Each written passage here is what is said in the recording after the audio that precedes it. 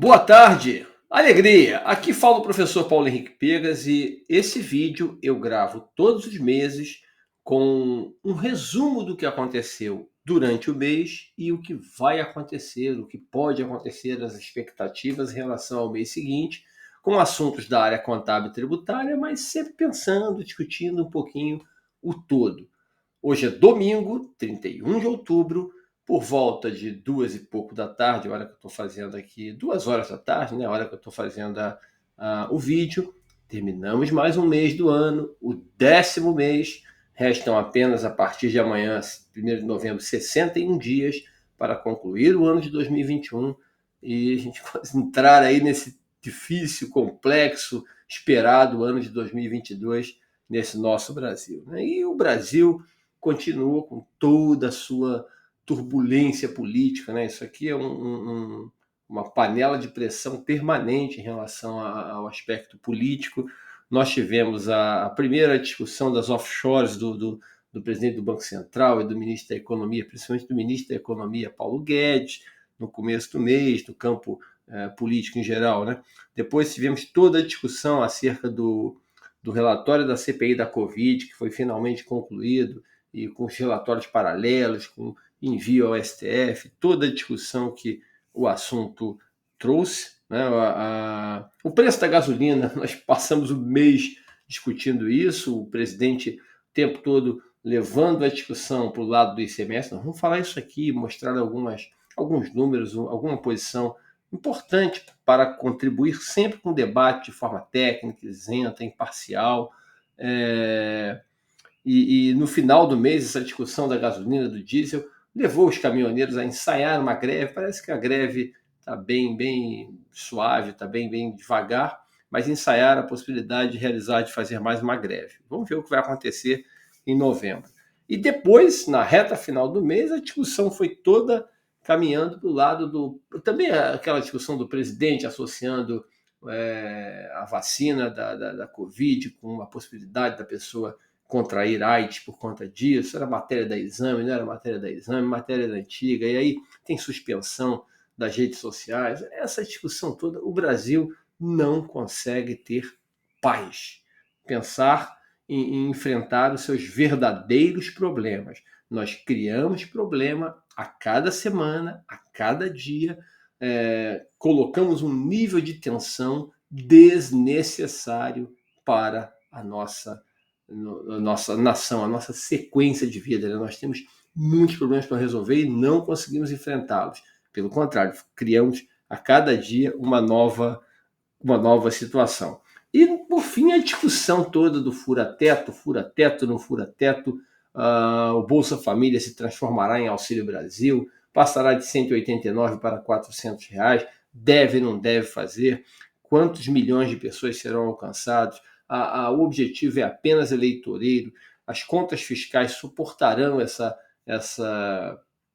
esse aumento, os precatórios, né? O Brasil parcelará o pagamento dos precatórios no ano seguinte, não parcelará. Olha só quanta confusão nós temos, nós criamos, e o que mais impacta e preocupa, antes da gente entrar especificamente na nossa parte tributária, é a falta de planejamento.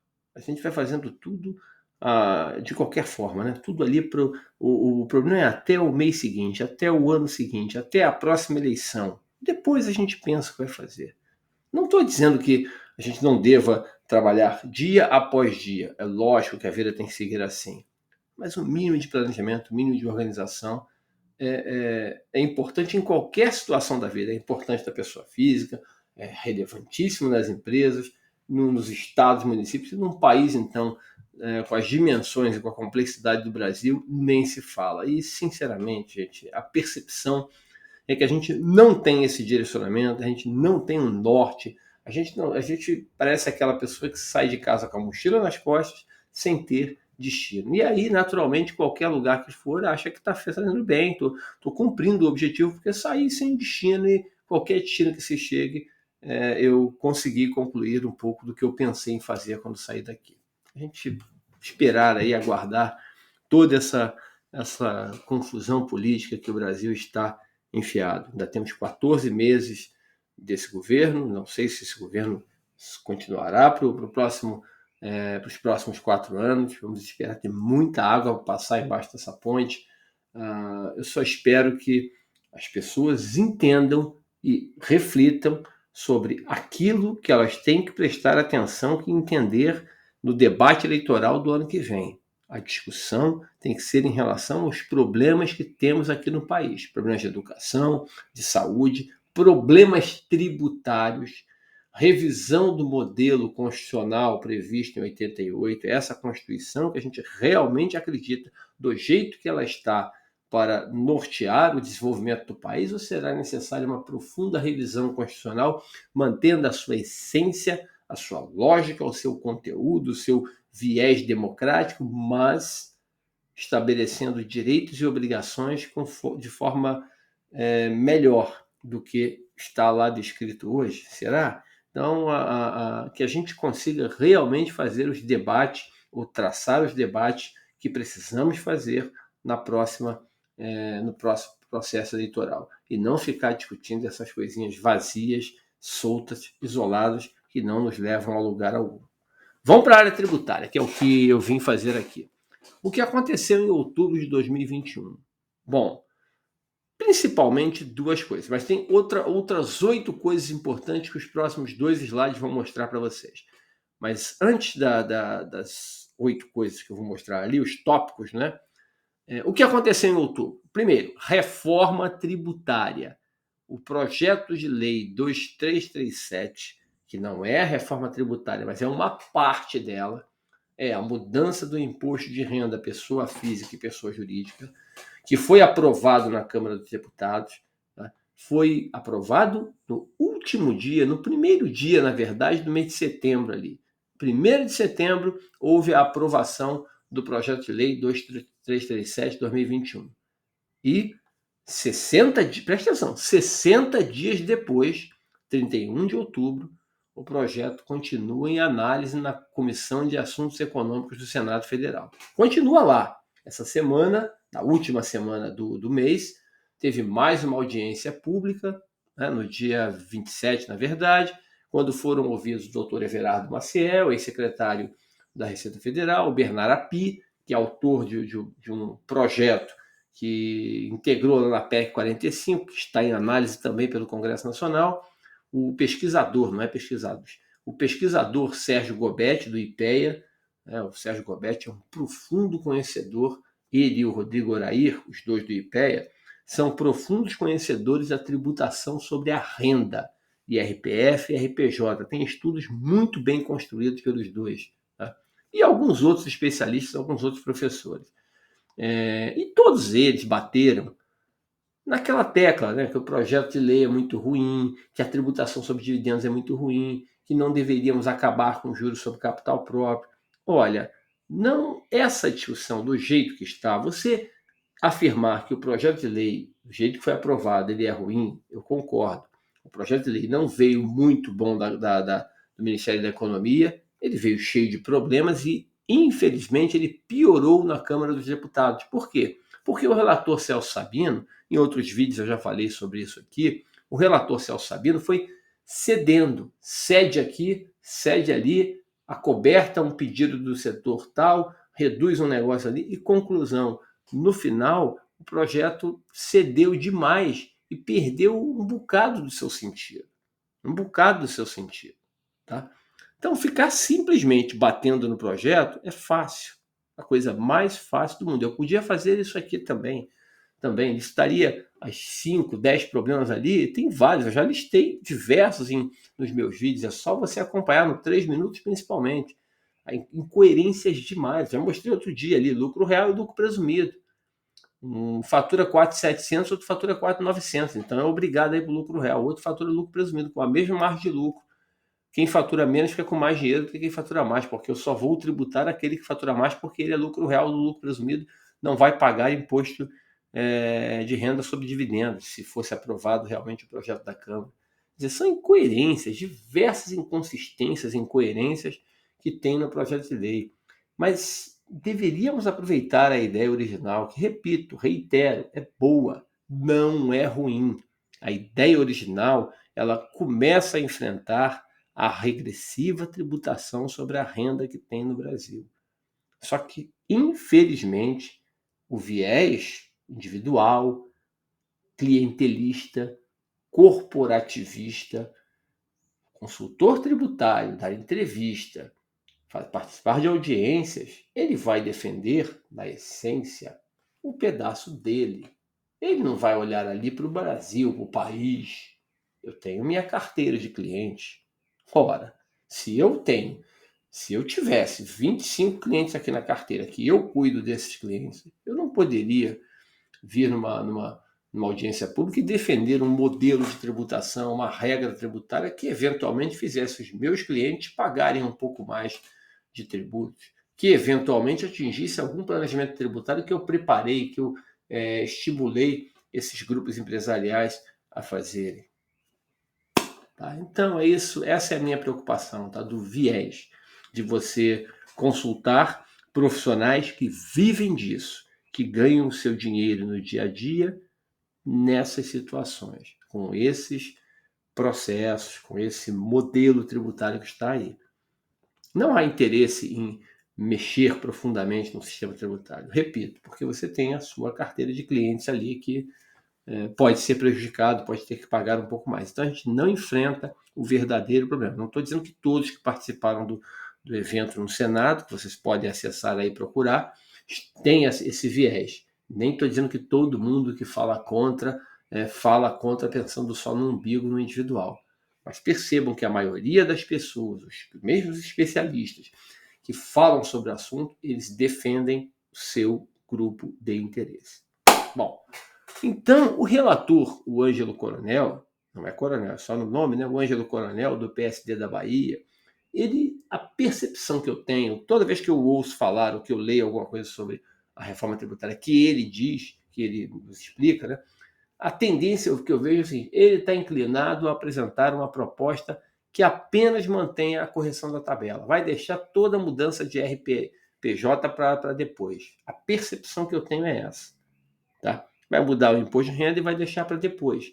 E aí o governo entende que vai perder a arrecadação, não sei como é que vai ficar isso, o que pode sair a partir desse tipo de aprovação. E outra coisa, o projeto veio da Câmara dos Deputados. O Senado Federal, no caso, vai ter que apresentar um outro projeto e, a partir desse outro projeto, votar. Porque se simplesmente pegar esse, fazer várias mudanças e devolver para a Câmara pode remontar as mudanças e não considerá-las, né? Porque o projeto veio originado de lá, então lá será o trâmite final, logicamente que vai para a sanção do presidente depois, então a coisa está muito complicada, muito nebulosa.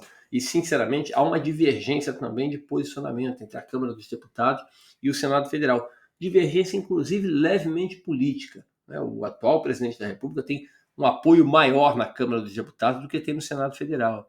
Então, há uma birrinha, uma briga política ali. Então, a própria Câmara dos Deputados, o presidente Arthur Lira já falou que também tem na Câmara para analisar alguns projetos já aprovados no Senado. E se o Senado não analisar o projeto que veio da Câmara, você pode ter um efeito contrário, sabe aquele negócio de eu não vou fazer porque você não fez? Então, tem muita coisa para melhorar nesse processo aí. E isso mostra como o Brasil é frágil do ponto de vista legal, jurídico, político, como nossas legislações precisam ser melhoradas. Bom, a PEC 110, ela continua recebendo emendas. Continua recebendo emendas dos senadores. Foram 163 até agora. O senador Anastasia de Minas Gerais, ele acabou de mandar uma emenda dia 21 de outubro agora. Tá? Não há previsão para avançar esse projeto de lei, só para você, essa PEC, só para você lembrar, o que é a PEC 110? É aquela que junta ICMS, ISS, PIS, COFINS, ISS, IPI, ICMS, PIS, COFINS e mais outros tributos no IBS, Imposto sobre Bens e Serviços, e faz algumas outras mudanças. Só que a percepção que eu tenho é que essa PEC, repito, já falei mês passado, ela mexe demais na Constituição e tem um prazo de transição muito longo que eu acredito que ela possa trazer mais prejuízos do que benefícios, porque ela não está pronta para ser aprovada. É muito bonito falar isso. O setor de serviços bateu demais, porque o setor de serviços passaria a pagar uma carga tributária maior do que paga hoje com a aprovação da PEC. Então vamos diminuir um pouquinho a empolgação com ela e aguardar a sequência. Bom, eu vou falar mais sobre a reforma tributária no final, quando a gente, sobre as mudanças no projeto de lei, quando nós formos fechar esse vídeo no último slide, tá bom? O segundo item tributário que teve peso no mês de outubro foi a mudança na cobrança do ICMS sobre combustíveis, tá? Que a Câmara dos Deputados aprovou o projeto de lei complementar, né? Chama de PLP, projeto de lei complementar número 11 de 2020. Esse projeto muda a cobrança do ICMS estadual sobre combustíveis, né? No caso, você passa a utilizar como base de cálculo uma unidade de medida, como é o PIS e COFINS, normalmente o metro cúbico, com um valor fixo cobrado por cada estado. O problema já começa aí. O PIS e a COFINS, o valor é fixo, é nacional, porque é um tributo federal. Aí cada estado teria a sua cobrança, o seu valor fixo. Não é simples como parece. Tem discussões jurídicas importantes aí, que eu não vou travá-las aqui, mas a percepção que eu tenho é que é mais um projeto que chega no Senado Federal, vindo da Câmara dos Deputados, e que o Senado torce o nariz, não concorda com a lógica, com a essência, e a percepção é que não vai haver aprovação rápida desse projeto no Senado, tá? Nem sei se será aprovado. No finalzinho do mês, agora na quinta, sexta-feira, o Comitê Nacional de Política Fazendária, o CONFAS, que congrega o Ministério da Economia e também os 27 secretários de fazendas estaduais, os 26 mais o Distrito Federal, o CONFAS aprovou o congelamento por 90 dias do chamado preço médio de venda ao consumidor final, que é a ferramenta base, já que o combustível, os combustíveis em geral, né, eles são objeto de substituição tributária, então a formação do preço leva em consideração uma média, a média pesquisada do preço de médio de venda final, ao consumidor final. Preço esse que tem o ICMS, que é cobrado por dentro, tá bom? Então a ideia é que você faça um congelamento desse preço, não da alíquota. A alíquota continua como está. A alíquota do ICMS é 25% de São Paulo, 34% no Rio. E os estados, a maior parte fica ali 25%, 27%. A alíquota média brasileira, se eu não estou enganado, é 27,3%. O Rio é a maior alíquota, 34%. São Paulo tem 25%. Está junto com outros estados com a menor alíquota. Então, a ideia é que você vá aplicar essa alíquota sobre o preço médio de venda final, mas um preço congelado. Quer dizer, eu vou aplicar em novembro, em dezembro e em janeiro, sei lá, o preço congelado do dia 31 de outubro, da última semana de outubro. Vamos ver o que vem por aí, tá? Lembrando sempre que você não pode esquecer, a gente vai mostrar isso já já, né? Como é a composição do preço da gasolina, todos os custos que tem envoltos aí, tá bom? Vamos adiante. Alegria. Aí, gente, essa discussão do ICMS, eu não aguento mais isso, acho que você não aguenta mais isso. Eu expliquei esse processo em 3 minutos outro dia. E repito, né, o Brasil é um país que parece que gosta de confusão. E eu não estou aqui fazendo acusação, reclamando com o presidente da República. Eu só falo que nós não conseguimos pensar os nossos problemas, como alguém falou outro dia. O problema do preço da gasolina é um problema nacional, não é um problema estadual ou federal. Não é um problema do governo federal, do governo estadual, não é para linchar governador, para só bater no presidente da República. É um problema nacional. Agora precisa ser enfrentado como nós precisamos enfrentá-lo como adultos. Como adultos, não ficar jogando a culpa para o outro. A culpa é dele, hein? A culpa é dele. Eu zerei o que eu tinha que zerar aqui. Vamos entender, esclarecer o problema. Eu já fiz esse esclarecimento em 3 minutos, mas queria reiterar aqui com um tiquinho mais de tempo, mas com um pouco mais de calma, para você entender o que eu estou querendo dizer. Preste atenção. Essa é a composição do preço de gasolina que eu peguei no site da Petrobras hoje, no domingo, dia 31 de outubro. Tá? Essa é a composição do preço. Aí quando você vê a composição do preço aqui, você observa o seguinte, o preço médio, olha aqui embaixo, o médio, tá? Era R$ 6,37, a média. Aí, de verde é o preço, de amarelo são os tributos. Quer dizer, o que significa isso, professor? Se não tivesse impostos, a gasolina seria pouco menos de R$ 4? Sim, é claro que tem que ter impostos.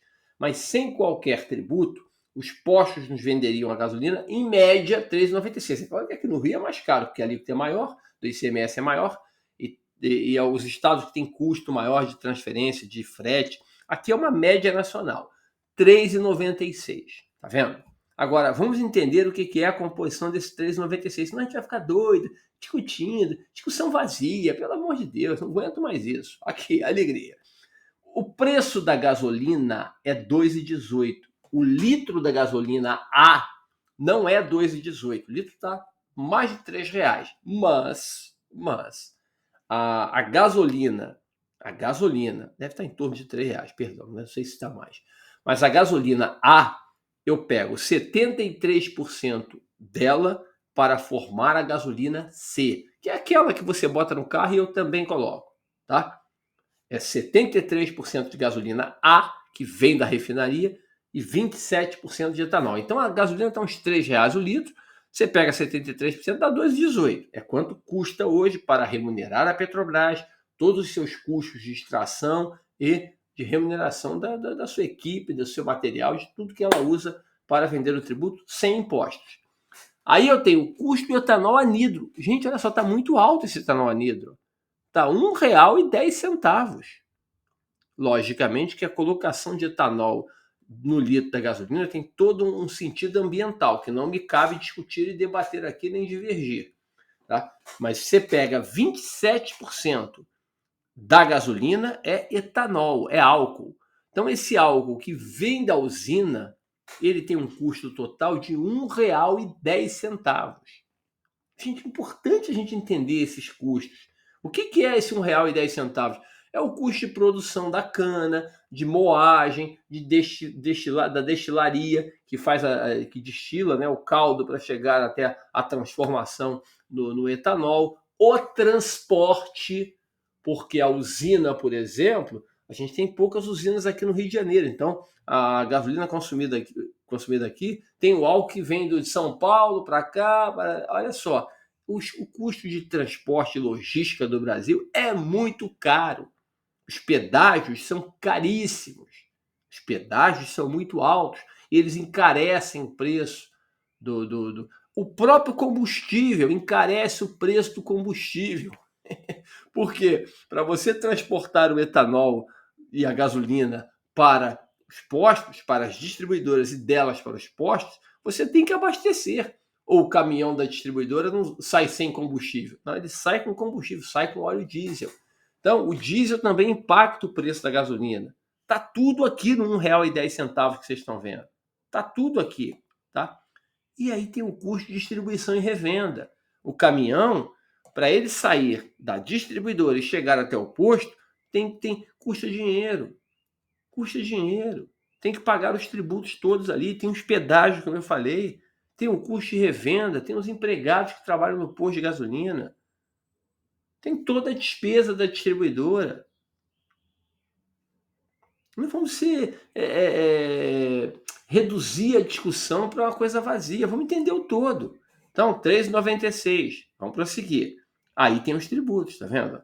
O PIS e a COFINS mais a CID representam 69 centavos do preço. Por exemplo, só para você entender a CID, né? A CID é 10 centavos sobre a gasolina A. Quem paga é a refinaria. Na hora que a gasolina A vai para a gasolina C, é só 73% de gasolina A que está no litro. Então, eu posso afirmar que tem R$ 7,30 dos 69 da CID Combustíveis. Então, o PIS e COFINS é R$ 61,70, quase 62 aproximadamente. Está certo, porque o PIS e a COFINS vai a 79 centavos, quase 80. A alíquota de PIS e COFINS hoje sobre a gasolina A é fixa, mas é quase 80 centavos sobre o litro. Aí você tira 73%, vai a 62%, está certo, está coerente. Por aí, está coerente. Bom, E o ICMS tem R$ 1,72 em média, já que ele é cobrado por dentro, incluído no preço da gasolina e também dos demais combustíveis, tá? Aí vamos fechar aqui o preço. Depois vamos falar do PIS e COFINS aqui embaixo. Então, vamos falar do PIS e COFINS agora. Aí fica toda essa discussão. A alíquota do ICMS é muito alta. Já falei. O ICMS tem alíquota que varia de 25% a 34%. Na média dá 27,3%. É alta. Agora o PIS e a COFINS não são baixos. O PIS e a COFINS respondem por 0,62% por litro. É uma alíquota efetiva de 9,7%. 9,7%. Eu botei até efetiva aqui, tá errado, não é efetiva, tá? É nominal. A alíquota nominal dela não é efetiva, efetiva é até mais. É 0,62 sobre 6,37 dá 9,7. A alíquota modal do PIS e da COFINS para lucro real, para grande porte, é 9,25. Essa alíquota está maior. Agora, se você extrair o ICMS da base de cálculo do PIS e da COFINS, como o STF já decidiu, a base de cálculo do PIS e da COFINS seria, por dentro, né, o 3,96 mais o próprio PIS e COFINS, que daria 69, daria 4,65. 4,65. Tá? A alíquota vai a 13,3%. Muito maior do que os 9,25%. Tá? E preste atenção. A alíquota do PIS e COFINS, também falei isso no 3 minutos outro dia, a alíquota do PIS e da COFINS, ela aumentou 200% de 2015 para cá. Para não ficar a discussão vazia como tá. Esse governo não aumentou nada para... Tá, em 2019, quando esse governo pegou a tributação de PIS e COFINS sobre gasolina, a alíquota já era essa. Tá bom, então há 3 anos a alíquota é a mesma fixa.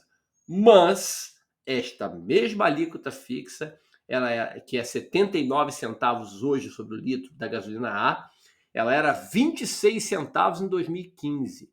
Então ela aumentou de 2015 para 2021, 19 chegou a 21, 200%. Ela aumentou de 26 para 38 centavos no governo Dilma, o Joaquim Levy era o ministro da Fazenda, e depois no governo Temer, Henrique Meirelles era o ministro da Fazenda, já em agosto de 2017, ela foi elevada de 38 para 79. Aumentou quase 100%. Não, aumentou mais que 100%, perdão. Juntando os 26 centavos, aumentou 200% nesses 3 anos ali. Então, aumentou em 2017. E na época, diziam que era temporário. Não, é um aumento para cobrir déficit aqui, né? O governo Temer ali tentando, não conseguiu aprovar a reforma da Previdência, para cobrir déficit fiscal. Vamos aumentar o PIS e COFINS, que eu não preciso repartir o dinheiro. Eu lembro disso, é só pegar os jornais da época. Pesquisa na internet que você vai ver. A ideia não era alongar por muito tempo isso. Vou aumentar e depois eu volto. Tanto é que a alíquota máxima de PIS e COFINS é 79 centavos, como está hoje cobrada. Essa alíquota é a máxima, não pode cobrar mais, a legislação não autoriza. Então, menos um pouquinho. Vamos enfrentar o problema com a seriedade que ele pede, não com um discurso populista vazio, jogando um político contra o outro. Tá? E o ICMS tem esse pesão aqui de 1,72. 1,72, que dá 27% de alíquota nominal. Aí, se você juntar o ICMS com o PIS e a COFINS e toda a confusão brasileira, você vai ver a tributação sobre o consumo de 37,8% em média. Quer dizer, a gasolina custa 6,37, 2,41 é imposto. Se eu quiser pegar por fora, que talvez seja uma linguagem melhor, eu chego a 61% de alíquota, tá? Se eu considerar por fora, a alíquota vai a 61%. Quer dizer, a gasolina custa 3,96 e eu coloco 2,41 de tributos sobre a gasolina. Coloco 61%, chegando a 6,37. Tá bom? Vamos adiante. Eu estou demorando, mas acho que essa edição é bem interessante porque a gente debater esses problemas, né? Esses problemas nacionais que nós temos aí em relação à parte tributária. Para a gente entender o que é o nosso manicômio tributário, vamos dar uma repassada no que aconteceu em outubro? Olha, na pesquisa eu encontrei mais do que isso. Porém, Se eu fosse trazer tudo que eu encontrei, eu ia ficar aqui 2 horas falando. E aí não dá, eu não tenho esse tempo todo, ninguém vai me assistir esse tempo todo também. E a gente pensa, tira, extrai o que entendemos ser mais relevante. Mas vamos passar uns pontos aqui importantes para você acompanhar, ver o que está acontecendo, o que não está acontecendo no campo tributário. Bom, 5 de outubro, aniversário da Constituição, 33 anos da nossa Carta Magna. Está na hora de revisar. Está na hora de fazer uma revisão ampla. Por favor, não estou falando para mexer na essência, na lógica democrática da Constituição. Estou falando do ponto de vista econômico, direitos e deveres. A Constituição precisa ser adulta, pensar num Brasil adulto, um Brasil que tem muitos problemas e precisa resolvê-los, sem viés de esquerda, de direita, de liberalismo excessivo, socialismo, essas discussões não são maluquices, são coisas importantes, mas essas discussões que na maioria das vezes são vazias. Há aspectos positivos no pensamento liberal e há aspectos positivos no pensamento socialista. Vamos integrar o que puder, fazer pensar no bem-estar da maior parte do povo brasileiro, que é o objetivo de qualquer Estado, ainda mais um Estado amplo, grande, extenso, como é o Brasil, com 214 milhões de habitantes. Bom, então 5 de outubro, o simbolismo, né, eu falei da Constituição. Nesse dia, a primeira turma do STJ, Superior Tribunal de Justiça, decidiu por unanimidade que a contribuição previdenciária sobre a receita bruta, ela integra, faz parte das bases do PIS e da COFINS. Portanto, já havia uma decisão, né, anterior da turma 2, então a segunda turma decidiu assim, a primeira também. Nesse caso, não tem possibilidade de recurso, novos recursos por parte dos contribuintes. Então, a contribuição previdenciária patronal entra nas bases do PIS e da COFINS. Nos setores que tem, né, são alguns setores que têm essa situação. Sinceramente, é incoerência, porque se eu extraio o ICMS das bases do PIS e da COFINS, a contribuição previdenciária deveria ser extraída. Aliás, qualquer tributo por dentro deveria ser um extraído da base do outro, já que o direcionamento foi esse, né? O STF tomou essa decisão lá em 2017 e referendou agora, dia 13 de maio, no julgamento dos embargos. Mas já era. 5 de outubro já foi embora. Vamos adiante. 7 de outubro, segundo item. Em 7 de outubro, a Receita, nossa querida Receita Federal, grande Receita Federal, né, publicou uma consulta número 177, afirmando que não há créditos de PIS e COFINS sobre os gastos com papel filme e papelão. Esses gastos são usados para compactar e transportar a mercadoria, né, as latas e as garrafas, no setor de bebidas. O legislador entendeu que estes itens não geram, esses itens colocados após a produção, para entrega, para envio, eles não geram crédito. Por que isso aqui é importante? Porque, lógico, isso aqui tem a ver com um setor específico, mas tem a ver com outros setores. Outros setores têm esse gasto, muito esse gasto também.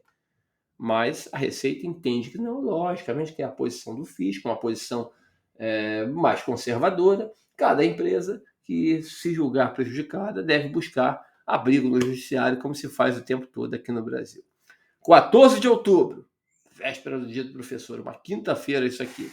O STF decidiu, lá em abril, não foi 14 de outubro, lá em abril ele decidiu que não haveria ICMS na transferência interestadual de mercadorias quando ela fosse realizada pelo mesmo contribuinte, pela mesma empresa.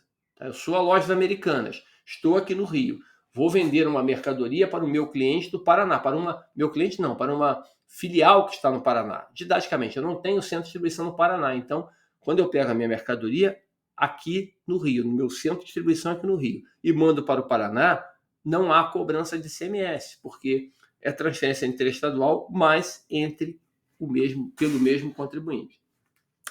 O Estado do Rio Grande do Norte entrou com recurso, né, uma ação declaratória de constitucionalidade. E o julgamento dos embargos, olha que interessante, embargos de declaração com efeitos infringentes, quer dizer, para rever o mérito. estava 3-1 contra. Ou seja, 3-1 para confirmar a decisão do mês de abril, que não haveria ICMS nessas transferências. Tá? Mas o ministro Dias Toffoli pediu vistas e, portanto, não há prazo para a conclusão, o processo saiu de pauta. Para você entender que confusão é essa, eu trouxe um exemplo aqui usando o estado do Rio Grande do Norte. Tá? Imagine que o estado do Rio Grande do Norte, que uma empresa varejista possua no estado do Rio Grande do Norte um centro de distribuição. Tá? E aí eu compro do Ceará, de uma indústria no Ceará, um produto para revenda.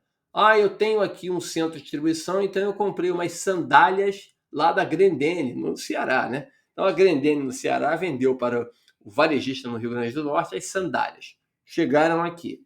Pronto. 100, didaticamente. Comprei a sandália por 100.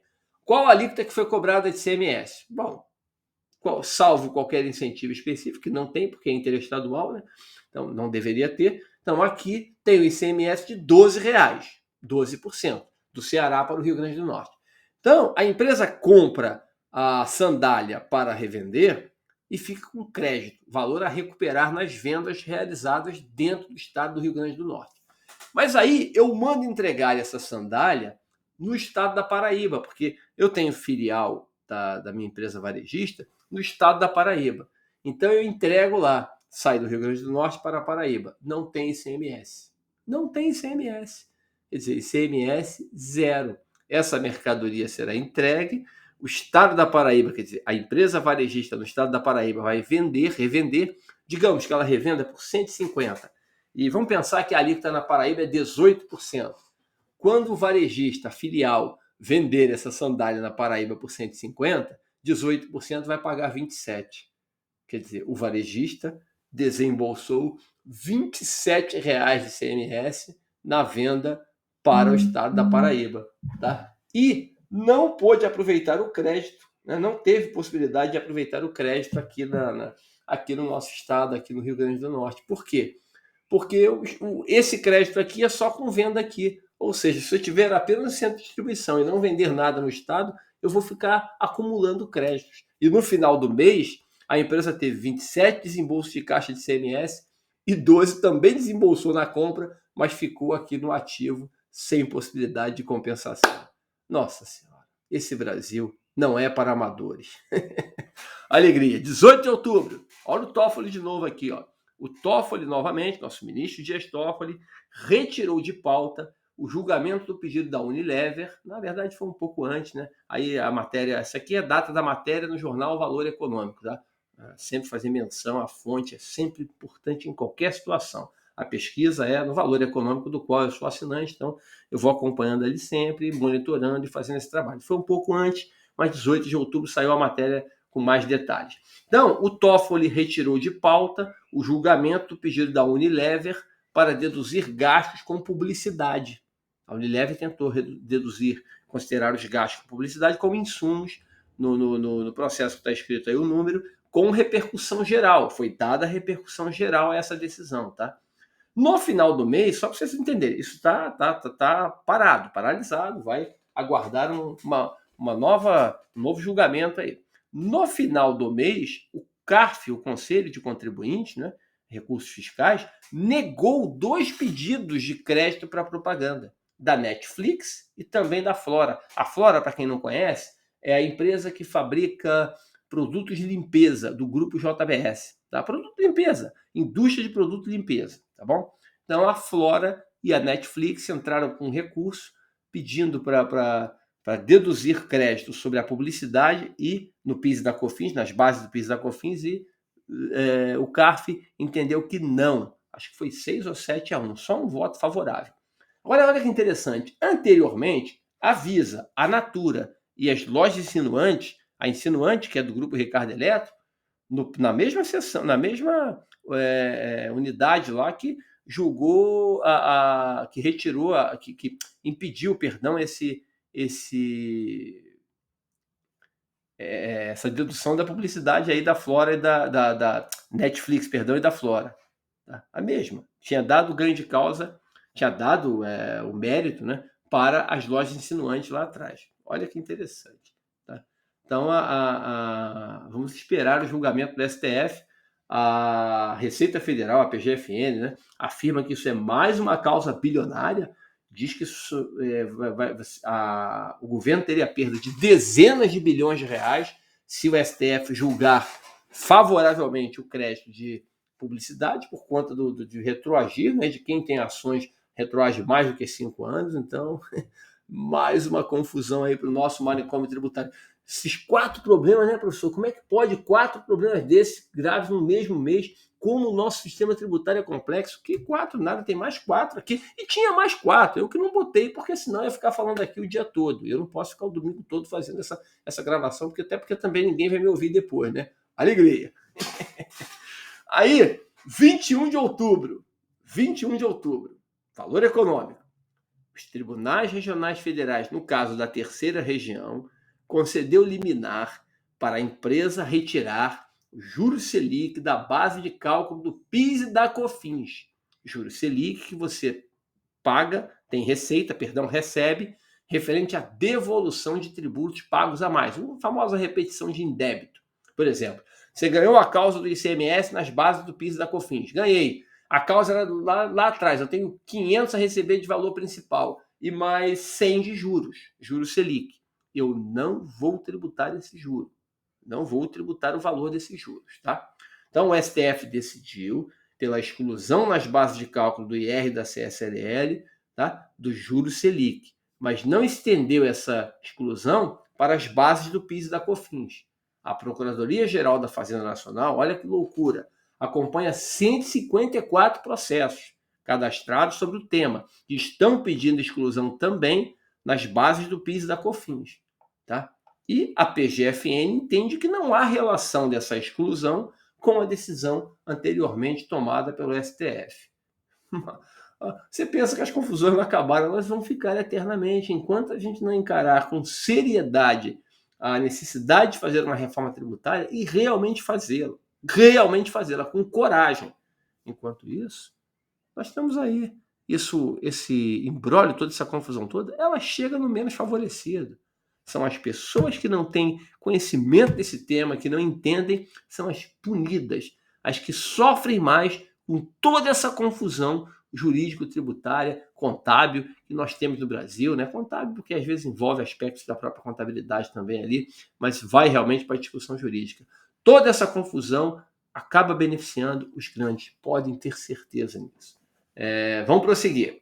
26 de outubro, na reta final. Estamos terminando o mês, mas os problemas não acabam. Matéria do valor, 26 de outubro.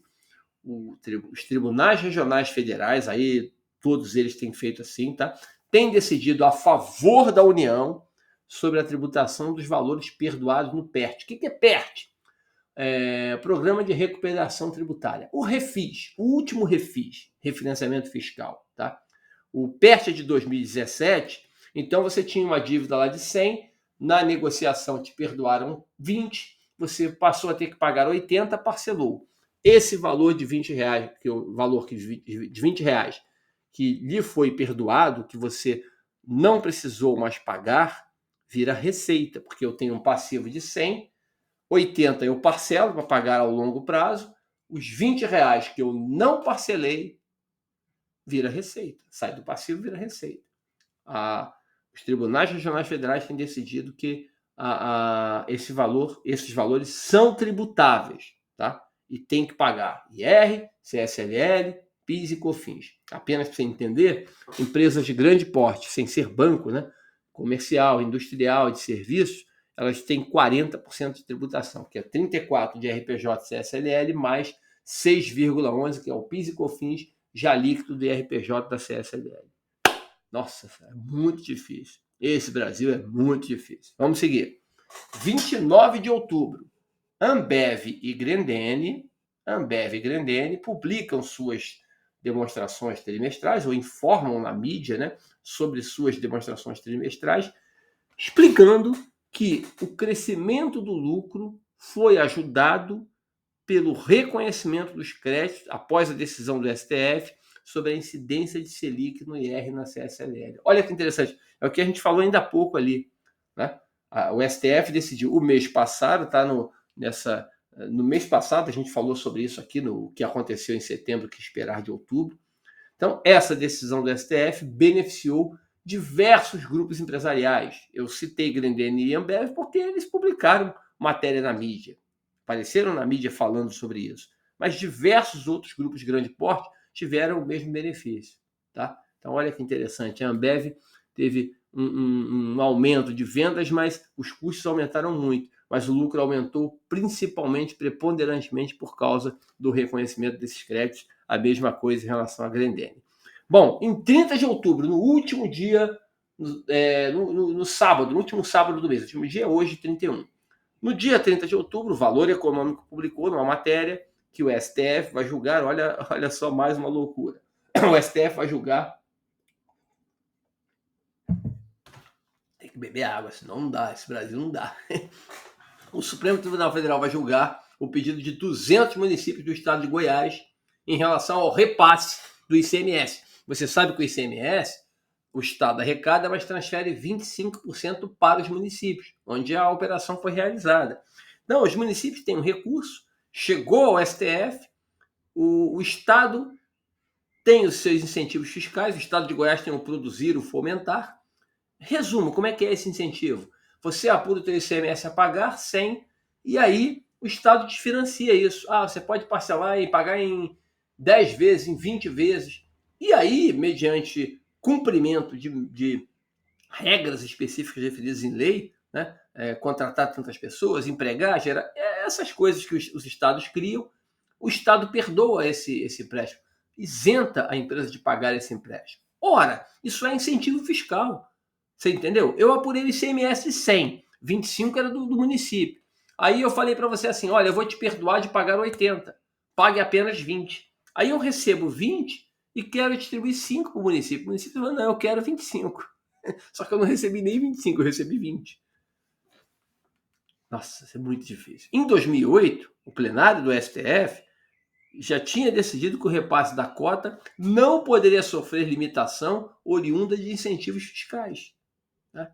Oriunda de incentivos fiscais. E isso tá. Olha, a discussão não é pequena, os valores são elevadíssimos. Se realmente alguns estados perderem essa decisão, e essa decisão tem repercussão geral, tá? Isso pode espalhar para o país. Olha como estamos mal parados. Como precisamos muito, muito, muito de uma reforma tributária. Vamos lá, alegria. Falar da Covid rapidinho, eu falo todo mês, então falar aqui sempre com viés técnico, porque ela atrapalhou muito tempo, né? O desenvolvimento econômico, mexeu no todo e mexe até hoje com a gente, né? A gente está saindo, eu estou saindo mais devagarinho, com cuidado, com a máscara ainda, tudo certinho, para ver se a gente retoma a nossa vida normal aos pouquinhos. Quem não tem jeito, tem que enfrentar, que sempre teve que enfrentar e paciência. Quem pôde evitar a aglomeração, o contato, eu entendo sempre que foi válido esse tipo de confinamento, né, no sentido da pessoa contribuir para o vírus não se espalhar. Eu sempre penso nisso no todo e principalmente na vida humana. Né? Então, acho que vale a pena a gente entender aqui os números rapidinho, mês de outubro. Fechamos outubro com 5 milhões de mortes no mundo, pelo menos as declaradas, aquelas captadas através dos Ministérios da Saúde de cada país. 5 milhões de pessoas. Gente, isso aqui, se você olhar aqui a lista dos países, você vai ver 5 milhões de pessoas, é como se você tivesse acabado com a Geórgia e acabado com não, a Geórgia só dá 4 milhões. Acabado com a Geórgia e mais um outro país. Tá? É como se você tivesse acabado com a Bósnia, por exemplo, e a Macedônia. Acabou. Desbotou, como se fosse isso. É muita gente. Mas vamos lá. O Brasil continua sendo o 7º país do mundo com mais mortes. Para você ver como nós gerimos mal essa pandemia aqui. E eu não estou discutindo se foi o governo federal, estadual, municipal. Não é aqui o fórum para isso. Mas como nós gerimos mal o processo. Tá? 600 mil pessoas, 607.800 tinham falecido, 607.800 pessoas tinham falecido aqui no Brasil de Covid desde o começo da pandemia. Tá? Agora, chama atenção para a última coluna. O Brasil tem 9,6% da sua população com pessoas acima de 65 anos. Quem está na nossa frente? A Europa. E o Peru? O Peru é o problema. O Peru é o problema à parte. O Peru está lá liderando tudo com 6 mil mortes por habitante, por milhão de habitantes, um negócio de maluco. Negócio de maluco. Só que o Peru tem 8,7% da população acima de 65 anos. Pior do que o Brasil, muito pior do que o Brasil. Mas fora o Peru, você vai observar aqui que Bósnia, Bulgária, Macedônia, Hungria, todos estão com vacinação muito baixa, tá? Por isso que tem aumentado muito lá. Infelizmente, os óbitos têm aumentado muito nesses países. Então, todos eles têm população idosa muito maior do que o Brasil. Tá? Mesmo a Argentina, a Geórgia e a Romênia, que estão abaixo, também tem uma população muito elevada. Só para vocês verem como o estrago aqui por aqui foi muito intenso. Tá bom? A vacinação que está avançando, 72% já tomaram a primeira dose, 54% totalmente imunizados, isso é muito positivo. Isso aí é o que tem permitido ao Brasil reduzir acentuadamente o número de casos e principalmente o número de internações e óbitos. Se eu pegar só a última semana, os 7 dias, os países da Europa estão liderando o número de óbitos por milhão. Né? Romênia, Bulgária, Letônia, Armênia e Ucrânia ocupam as 5 primeiras colocações. Os Estados Unidos estão em 19º lugar. O Brasil é o 42º, mas é o líder da América do Sul. É o líder da América do Sul, infelizmente, nos últimos 7 dias. Ainda que melhorou muito aqui, mas nós ainda temos o maior número dos 10 países aqui da América do Sul. Outra coisa importante, rapidinho, que eu acho que eu tinha anotado aqui, além desses 10, país de grande porte, com população... Porque perceba o seguinte, não há nenhum país nos 10 maiores com mais de 50 milhões de habitantes. Né? Você tem o Peru com 33, a Argentina com 45 e a Romênia com 19. Os outros têm 10 milhões para menos ali. Todos eles. Agora, dos países de grande porte, você tem ali a Colômbia, o 11º, os Estados Unidos, né, que é bem maior do que o Brasil, o 13º, o México é o 18º e a Itália é o 20º. Tá bom? Vamos seguir. Fechando esse vídeo e o que esperar de outubro, né, o que aconteceu em setembro e o que esperar de outubro, eu queria falar sobre a reforma tributária. Que é a expectativa para o mês, né? Não há expectativa. A gente, por tudo que eu venho lendo, não consigo enxergar possibilidade, expectativa de que o Senado Federal aprove o projeto conforme veio da Câmara. Não consigo ver isso. Até porque ele veio ruim. Tá? E aí, gente, é minha opinião, eu respeito as outras, mas é opinião vazia, opinião, por tudo que eu vejo. A gente não tem um parlamento capaz, técnico. Ele melhorou em relação às gestões anteriores, mas o parlamento ainda está muito frágil. A gente precisa melhorar muito a escolha dos nossos representantes. Muito, muito, muito. Tá? Nós não temos um parlamento capaz de promover as mudanças importantes do projeto de lei. Não temos. Mantenha a essência. Tira o que está errado e mantenha a essência que é importante. Tenho convicção que o ministro do Estado da Economia não iria reclamar nesse sentido. Tá? Porque seria importante mexer nessa regressividade na tributação da renda no Brasil. Eu já mostrei em diversos outros vídeos, não dá para mostrar aqui de novo. O Brasil tem uma tributação muito regressiva sobre a renda. Precisamos ter coragem para enfrentar essa situação, para resolver isso. Então, infelizmente, eles não têm esse tino, esse conhecimento técnico. Tem muito populismo ali dentro. Tá? E estão ouvindo especialistas, o que eu falei no início, pessoal que lida com seu cliente, não querem prejudicar os clientes, ou estão analisando corporativamente o processo. O que eu falei na entrevista que eu dei na Globo News no final, né? Pouca gente olha o todo. Pouca gente entende o imposto que paga como uma contribuição para a sociedade. Eu posso pagar mais, mas eu tenho mais, eu ganho mais, eu tenho mais riqueza. Então eu posso contribuir melhor para a sociedade que eu vivo, para que ela seja uma sociedade melhor. E até porque a sociedade me ajudou a chegar até aqui. Eu não cheguei até aqui apenas com os meus méritos, que são muitos. Você tem todo o mérito. Parabéns para você. Excelente. Mas você chegou até aí com a sua riqueza, com seus bens e com a renda que você tem, a sociedade te ajudou. E com a ajuda da sociedade. Então, nada melhor do que devolver para ela o que ela te ajudou a construir. Devolve mais, ganha mais, ganha menos, devolve menos. Então, eu tenho que tributar melhor a renda no Brasil. E vão perder essa oportunidade por populismo e por desconhecimento técnico. Sugestões para aprovar o projeto de lei 2337/21. Se me permitirem um dia falar, conversar, a gente avança. Eu vou ao Senado se precisar, vou aonde for, se um dia me dessem essa oportunidade, não tenho medo. Vamos debater seriamente, sem discussão vazia, sem ofensa. Né? Refletir. Por que não fazer? Por que não fazer? eu sugeriria pelo menos manter 6 itens do projeto de lei. A correção anual da tabela progressiva, 2.500 está de bom tamanho, não é o ideal, não, mas o ótimo é inimigo do bom. 2.500 a faixa de isenção inicial, 5.300 a faixa máxima 27,5. O Gobetti sugere sempre de uma alíquota maior, eu também acho, mas talvez não dê tempo para discussão. Uma alíquota maior que eu falo, 5.300, a partir de 5.300 você paga 27, você bota a partir de 40 mil você paga 35, pode ser, mas talvez não dê tempo para discussão. Talvez seja uma discussão difícil para você debater e aprovar esse ano, mas não podemos esquecer que tem que se fazer isso em algum momento. 2, manter a simplificação, olha aqui, ó, vou falar um por um aqui, ó.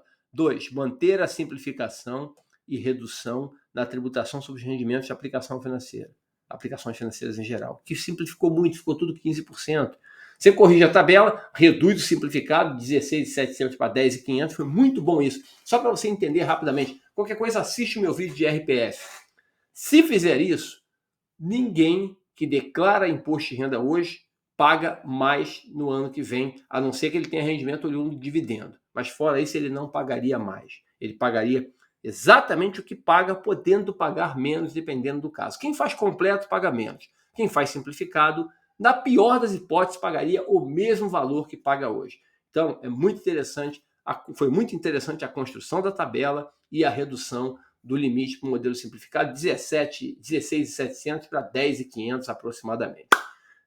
3, que é importantíssimo, não percam essa oportunidade, parlamentares. Manter a tributação do IRPJ trimestral para o lucro real. Simplifica muito o processo, muito, muito, muito. Tem correções a serem feitas, eu já mandei algumas sugestões até para o professor Isaías Coelho lá atrás, posso reenviá-las, para você não causar distorção, para a empresa não ser prejudicada. É coisa fina, até a instrução normativa dá para a Receita regulamentar isso depois. Tá? E uma sugestão, uma mera e simples sugestão. Dê um mês a mais para pagar, não custa nada. Dá um mesinho a mais para pagar. Deixa a empresa fazer o pagamento. 2 meses depois, venceu em março, dá um mês a mais para pagar. Não paga em abril, paga em maio. E parcela em 3 vezes sem juros, como é cartão de crédito, né? Então, o de março você paga em maio, junho e julho. O de junho você paga agosto, setembro e outubro. E toca a vida. Vai melhorar a vida das empresas. Vai dar mais fôlego para elas. Tá bom? 4, reduzir a alíquota do RPJ. O relator sugeriu reduzir 8%. Eu acho que não vai dar para reduzir 8%. Eu vou explicar já aqui embaixo. É uma mera sugestão. Reduz em 4. Reduz em 4. Cai de 34 para 30 hoje. É muito, mas reduz. Reduz para 30. No ano que vem, você acompanha a arrecadação e propõe uma redução de alíquota para 2023. Se for o caso, uma redução maior. Mas reduz um pouquinho. Ainda está alta, mas reduz um pouquinho. Agora acaba com o JCP. Isso aí, desculpe. Essa defesa do juros sobre capital próprio, o juros sobre capital próprio, esse valor foi pago na pessoa física, 90% para renda elevada, para brasileiro de renda média alta para alta. 90%. Não é o brasileiro pequeno que é beneficiado, é o brasileiro de renda elevada. Não tem sentido manter isso para um grupinho pequeno de empresas. Ela não é para todas as empresas, ela é para as empresas do lucro real de grande porte. Então não tem sentido. Essa história que vai ter que se financiar no mercado financeiro, que vai parar de colocar recursos próprios, isso não é verdade. Uma empresa alavancada é uma empresa que tem rating pior. Então, naturalmente, ela paga uma taxa de juros mais elevada. Então é muito simples. Não vou botar R$1 bilhão na empresa, vou pegar dinheiro no mercado financeiro. Tudo bem. A sua taxa de juros, quando você pegar financiamentos, empréstimos bancários, será maior também por conta disso. Então, vamos debater esse tema com profundidade, mas acaba com o JCP. Acaba com essa figura. Deixa o JCP, que você apurou até dezembro de 21, deixa pagar em 22, sem problema. Agora, a partir do ano que vem, inexiste mais isso. Vamos acabar como estava proposto. Só confirme isso. E, por fim, talvez seja o mais polêmico, mantenha a tributação sobre dividendos, lucros e dividendos. Agora, faça um ajuste. E eu fui mais baixo que eu acredito que seja possível chegar aqui em percentual, em alíquota, tá? Tribute os lucros e dividendos, Senado Federal. Tribute. Agora, para todo mundo, real, presumido, simples, Não há por que beneficiar alguns e não beneficiar outros. Tribute com... Primeiro, dê uma isenção até 5.300, que é a faixa máxima da tabela do imposto de renda. Qualquer pessoa física que receber até 5.300, zero de dividendo. Não paga zero de dividendo, zero de imposto de renda, não paga nada, exclusivo na fonte. Passou de 5.300, 5%. 5%, eu não quero tributar 10 não, 5%, para a gente começar a tributar. Aí eu ganhei 30 mil, tá? Quanto é que é 30 menos 5.300? 24.700. Quanto é que é 5%? 1.235. Paga. Paga 1.235 dos 30 mil que você ganhou. Vai dar 4%. Paga, por favor. Não reclama. Obrigado. Ah, ganhei 50 mil. Tira 44.700. 2.235. Paga os 2.235. Para de reclamar que você recebeu 50 mil de dividendo. Você pode pagar 2 mil reais de imposto de renda? Aí vai até 100 mil. Vai até 100 mil. Passou de 100 mil, você cobra além do que já cobraria dos 5%, porque passou de 100 mil, com 100 mil você paga 5% sobre 94.700. 94.700, tá? 9.470, 4.735. Aí eu sempre paga 4.735, você ganhou 100 mil, paga 4,7% do teu dividendo. Obrigado, obrigado. Eu sou Brasil. Obrigado, obrigado. Eu agradeço. Ganhou mais de 100 mil? Paga 10%. Ganhou 200 mil? Paga 10% sobre 100. 10 mil, mais os 4 aqui, 14 mil, já não lembro mais o valor, 14 mil quebrado. É isso. Sugiram isso. Agora, saiam do ponto comum de só criticar o projeto. É ruim, é ruim, é ruim, é ruim. Sim, é ruim. Mas começa a mexer na regressividade, coisa que poucos tiveram coragem de fazer ao longo da história do Brasil. Tá bom? É isso, gente. Acabei ficando com mais de 1 hora e 2 minutos aqui. Não queria falar isso tudo, mas acabei falando. Espero que você goste do vídeo. Eu faço todos os meses o que esperar do mês seguinte, o que aconteceu no mês e o que esperar do mês seguinte pelo nosso canal do IPEC RJ. Tá bom? Obrigado. Acesse lá o IPEC RJ e conheça nossos cursos, nossos artigos. Tem muita coisa interessante para você extrair lá do site IPEC RJ.